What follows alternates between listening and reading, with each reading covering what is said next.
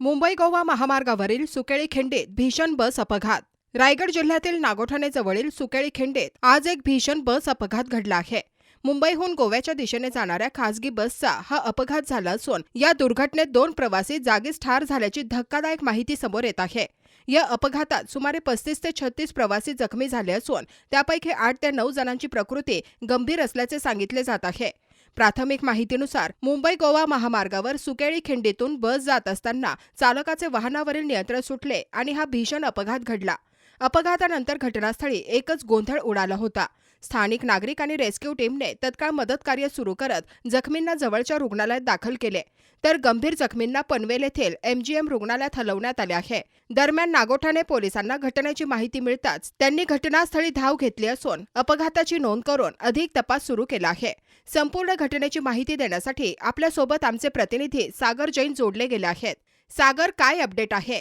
काय अधिक माहिती मिळते या अपघाताबाबत? आज सकाळी पहाटेच्या सुमारास 4:30 दरम्यान मुंबईच्या दिशेकडून गोव्याच्या दिशेकडे जाणारी खासगी ट्रॅव्हल्स बस, त्यामध्ये साधारण 45 प्रवासी असल्याची प्राथमिक माहिती समोर आली.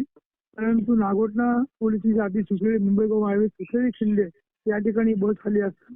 या ठिकाणी बसवरील ड्रायव्हरचं नियंत्रण सुटून सदर बस ही पलटी झालेली आहे. यामध्ये एक महिला व एक पुरुष मृत्यू झाल्याची प्राथमिक माहिती समोर आलेली आहे.